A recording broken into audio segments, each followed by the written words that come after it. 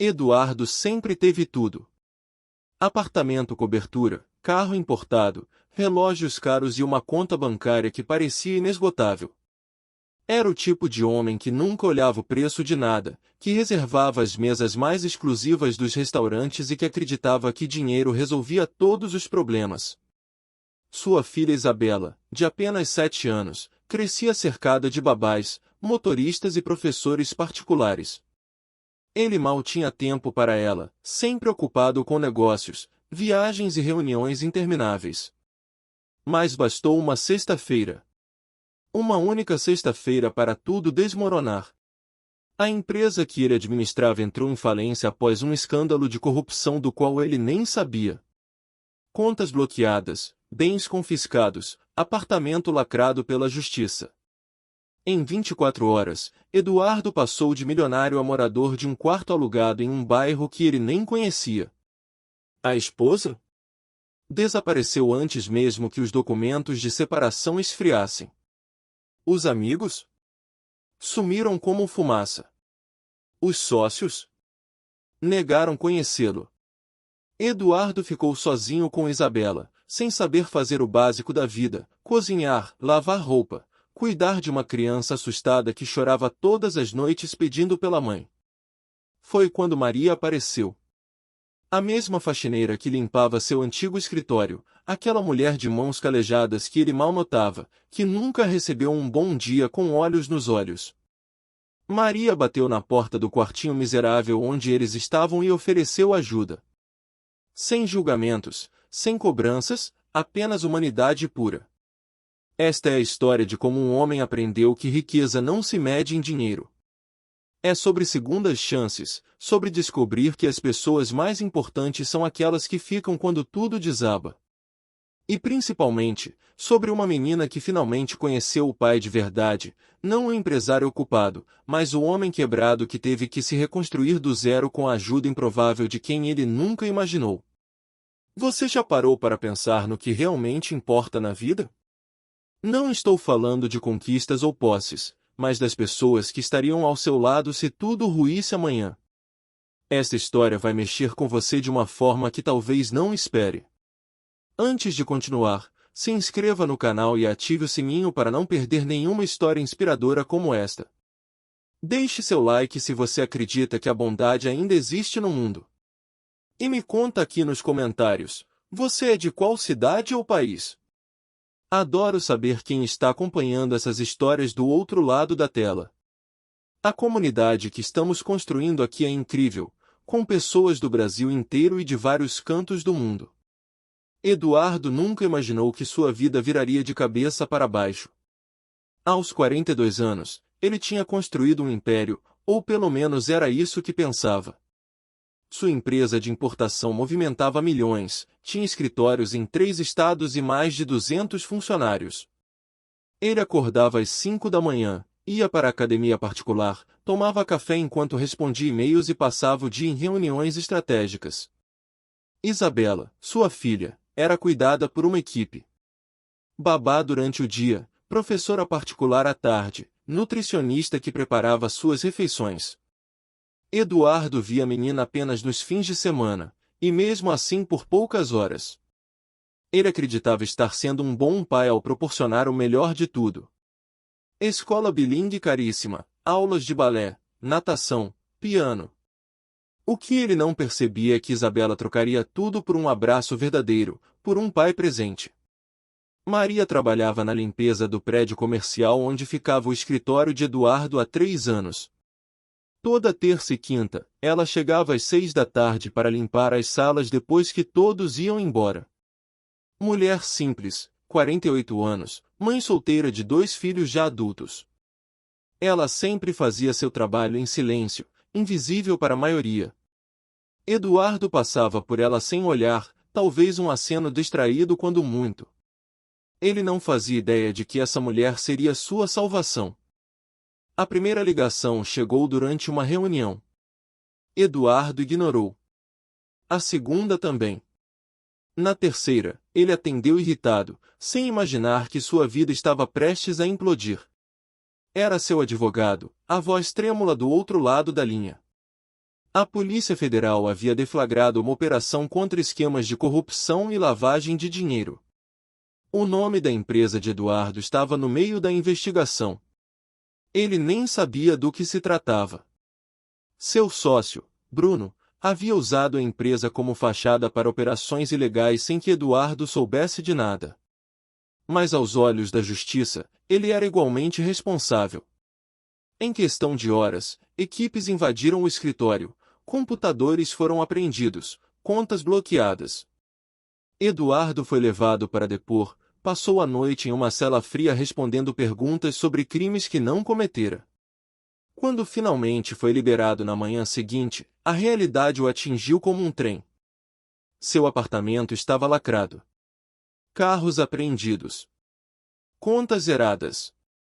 A mídia já espalhava seu rosto como se fosse um criminoso. Sua esposa, Patrícia, nem esperou explicações. Ligou do exterior dizendo que já havia pedido divórcio e que Isabela ficaria com ele, ela não queria se associar a um fracassado falido. Eduardo pegou apenas uma mala de roupas que conseguiu retirar antes do lacre total. Isabela estava na escola, alheia ao caos. Quando ele a buscou naquela tarde, a menina percebeu que algo estava errado. Pai, por que você está chorando? Ele não conseguiu responder. Apenas abraçou a filha pela primeira vez em meses, sentindo o peso do mundo nos ombros.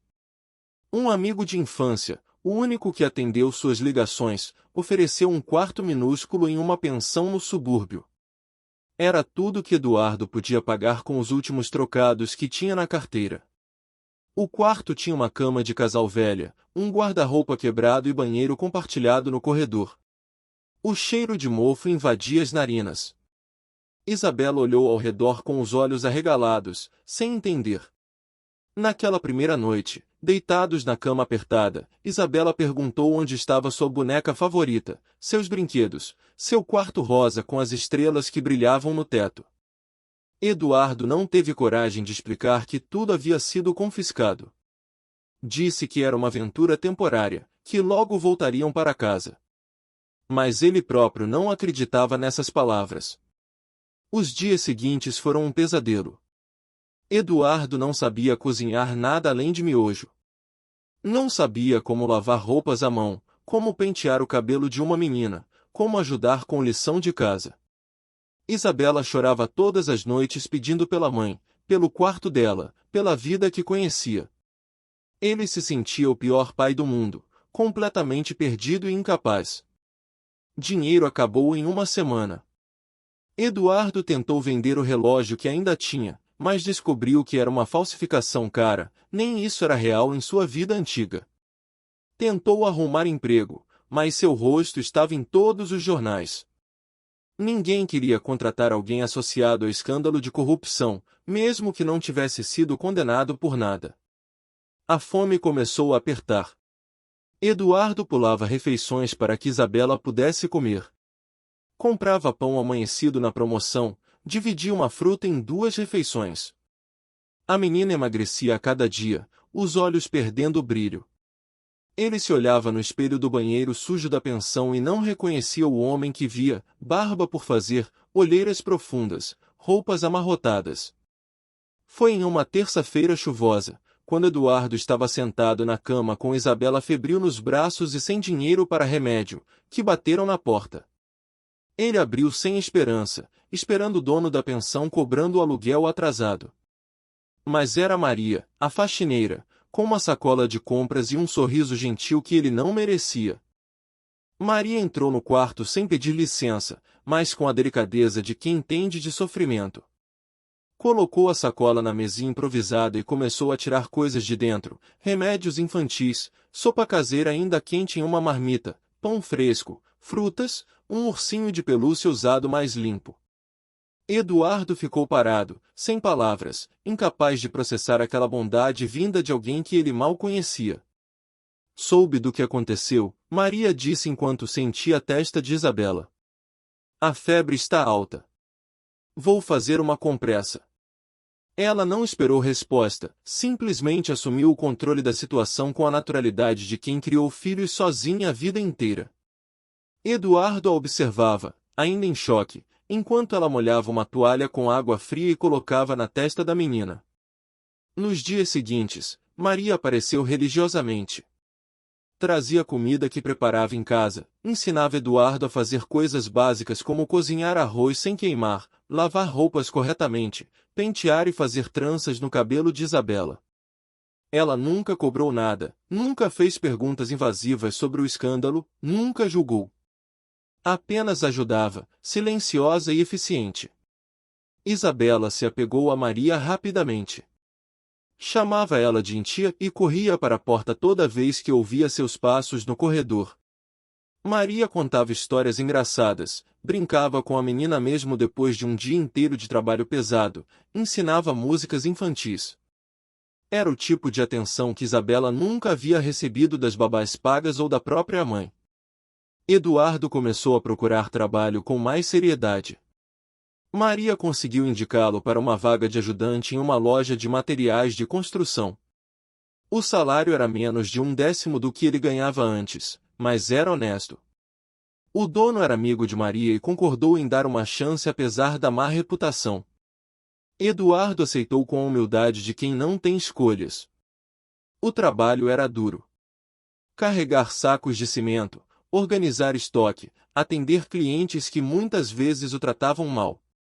Suas mãos, antes macias de quem só assinava papéis, ficaram calejadas e cheias de cortes. As costas doíam toda a noite. Mas havia uma dignidade naquilo que ele nunca sentiu dirigindo uma empresa, ele estava sustentando sua filha com o próprio esforço, sem artifícios ou atalhos.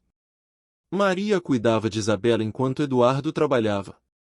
Buscava a menina na escola, ajudava com lição de casa, preparava o jantar. Nunca aceitou pagamento. Você vai me pagar quando puder, dizia. Por enquanto, cuide da sua filha e se recomponha. Eduardo não entendia por que ela fazia tudo aquilo, mas era grato demais para questionar. Uma noite, quando finalmente reuniu coragem, Eduardo perguntou: "Por que você me ajuda? Eu nunca fui gentil com você. Mal te cumprimentava quando você limpava o escritório." Maria sorriu tristemente e respondeu: "Justamente por isso. Eu via um homem tão perdido em sua própria importância que nem enxergava as pessoas ao redor. Quando você caiu, vi uma chance de mostrar que a humanidade existe mesmo onde você nunca procurou." As palavras atingiram Eduardo como um soco no estômago.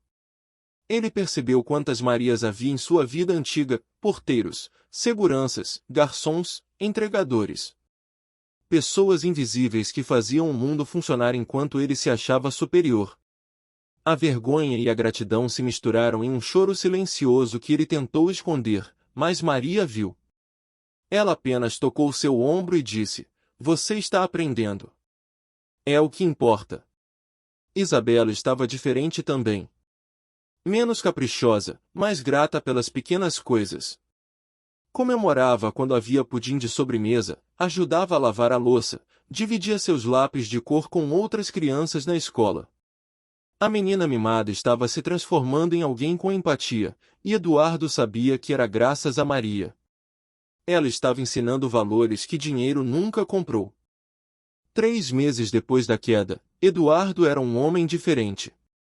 Acordava às 5 para preparar café da manhã para Isabela, levava a filha para a escola a pé conversando sobre o dia dela, trabalhava 8 horas carregando peso e voltava para casa cansado mas presente. Pela primeira vez, ele conhecia sua filha de verdade, seus medos, sonhos, piadas, birras. Tudo o que havia perdido quando delegava a paternidade para funcionários.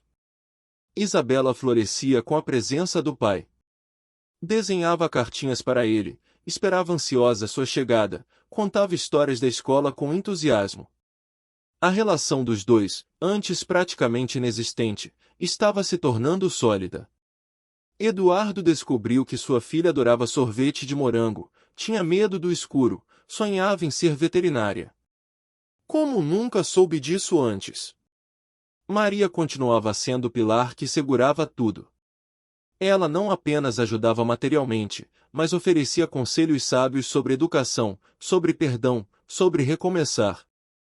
Contava histórias de sua própria vida, como criou 2 filhos sozinha depois que o marido as abandonou, como trabalhou em 3 empregos simultaneamente, como nunca perdeu a fé mesmo nos momentos mais escuros. Eduardo começou a ver o mundo com outros olhos. Conversava com os colegas de trabalho sobre suas vidas, ouvia histórias de lutas e superações que faziam seus antigos problemas parecerem insignificantes. Ajudava vizinhos da pensão com pequenos reparos, dividia comida quando tinha um pouco a mais. Estava aprendendo o que era a comunidade, algo que nunca existiu em seu condomínio de luxo. As notícias sobre o processo judicial melhoraram. O advogado conseguiu provar que Eduardo não tinha conhecimento das atividades ilegais do sócio. Ele não seria criminalizado, mas a recuperação dos bens ainda levaria tempo. Eduardo percebeu que não se importava tanto quanto imaginava. A vida simples que construiu tinha mais significado que todos os luxos perdidos. Isabela fez aniversário de 8 anos. Eduardo não tinha dinheiro para festa ou presentes caros. Mas Maria ajudou a organizar uma comemoração na pensão, bolo caseiro, decoração de papel crepom, brincadeiras simples. Vizinhos vieram com seus filhos. Foi a festa mais humilde que Isabela já teve, e também a mais feliz. Ela soprou as velhinhas com um sorriso genuíno que Eduardo guardaria para sempre na memória. Naquela noite, depois que todos foram embora, Isabela abraçou o pai e disse: "Essa foi a melhor festa da minha vida, pai. Por que você estava aqui de verdade?" Eduardo chorou. Chorou por todos os aniversários que perdeu, por todas as noites que não colocou a filha para dormir, por todo o tempo desperdiçado correndo atrás de sucesso vazio. Maria presenciou a cena da porta do quarto. Ela sabia que seu trabalho ali estava quase completo. Eduardo havia se transformado no pai que Isabela precisava. O homem arrogante morreu naquela sexta-feira fatídica, e em seu lugar nasceu alguém com compaixão, humildade e propósito real. A riqueza material pode ter ido embora, mas uma riqueza muito maior estava sendo construída. O dono da loja de materiais ficou impressionado com a dedicação de Eduardo e o promoveu a gerente de estoque. O aumento era pequeno, mas permitiria alugar um apartamento simples, sair da pensão. Eduardo comemorou, mas também sentiu aperto no coração. Aquele quartinho miserável testemunhou sua transformação, viu um pai e filha se encontrarem de verdade. No último dia na pensão, Eduardo e Isabela fizeram uma despedida emocionante dos vizinhos que se tornaram família. Maria estava lá, orgulhosa do homem que Eduardo se tornou.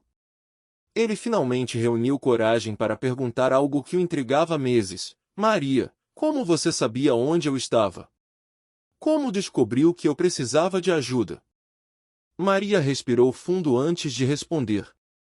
Havia algo em seus olhos que Eduardo nunca tinha percebido, uma mistura de dor antiga e sabedoria profunda. Ela pediu que se sentassem e Isabela fosse brincar no corredor por um momento.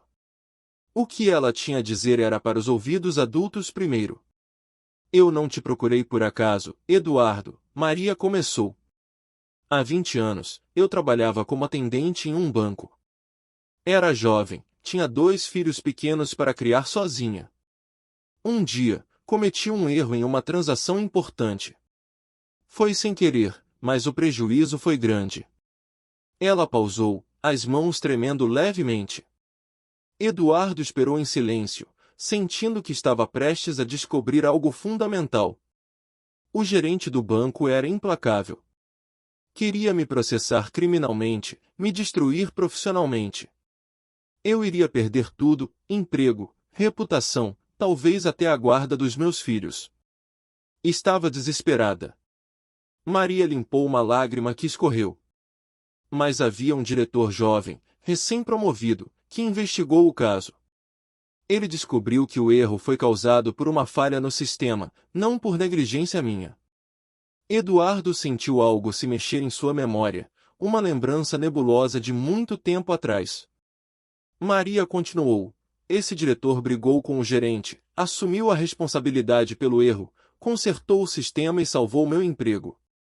Mas no processo, ele se indispôs com pessoas poderosas do banco. Acabou sendo transferido e depois saiu. Ele nunca soube, mas me salvou da ruína. Esse diretor era você, Eduardo. Você não se lembra de mim porque eu era apenas mais uma funcionária invisível. Mas eu nunca esqueci seu nome, seu rosto, o que você fez. Quando vi as notícias sobre sua queda, quando descobri onde você estava morando através de conhecidos, eu sabia que era minha vez de retribuir. Eduardo ficou em choque absoluto. Fragmentos de memória voltaram. Sim, ele se lembrava vagamente daquele caso, de ter defendido uma funcionária injustamente acusada, de ter brigado com superiores sobre isso. Foi um dos motivos pelos quais saiu do banco e começou seu próprio negócio. Mas nunca imaginou que aquela pessoa era Maria, ou que aquele ato teria consequências 2 décadas depois. Eu não fiz aquilo esperando retribuição, Eduardo disse, a voz embargada. Nem lembrava mais desse caso. Maria sorriu, eu sei. Você fez porque era a coisa certa. Porque, naquele momento, você enxergou uma pessoa, não apenas uma funcionária. E é justamente por isso que eu quis te ajudar, porque vi que aquele homem bom ainda existia dentro de você, só estava perdido debaixo de tanto ego e ganância. Eduardo chorou como não chorava desde criança. Chorou pela simetria absurda da vida, por ter sido salvo por alguém que ele mesmo salvou sem saber, por todas as conexões invisíveis que tecem a existência humana. Maria o abraçou como uma mãe abraça um filho, e ele finalmente entendeu o verdadeiro significado de graça, bondade merecida que nos transforma. Isabela voltou correndo para o quarto e viu os dois abraçados. Sem entender completamente, mas sentindo a importância do momento, ela se juntou ao abraço. Ali, naquele quartinho de pensão barata, 3 pessoas que a vida juntou de forma miraculosa celebraram a verdadeira riqueza, gratidão, conexão humana, amor sem interesse. Nos meses seguintes, Eduardo se dedicou a reconstruir sua vida com integridade. O processo judicial terminou em sua absolvição completa. Alguns bens foram devolvidos, mas ele optou por vender tudo e recomeçar do zero. Abriu uma pequena consultoria de negócios onde ajudava outros empreendedores, especialmente aqueles de comunidades carentes, aplicando sua experiência com ética renovada. Maria continuou como parte essencial da vida deles. Não mais como ajudante, mas como família. Isabela a chamava de avó, e Eduardo a via como a mãe que nunca teve. Ele finalmente conseguiu retribuir materialmente, ajudando a reformar a casa de Maria, mas ambos sabiam que a dívida verdadeira nunca poderia ser paga em dinheiro, apenas em amor e presença. A vida ensina de formas inesperadas. Eduardo perdeu milhões, mas ganhou uma filha, perdeu o status, mas ganhou o caráter, perdeu conforto, mas ganhou propósito. A queda que parecia o fim foi apenas o começo da vida real, aquela que se mede em abraços, não em cifras bancárias. Maria mostrou que bondade não é ingenuidade, é força.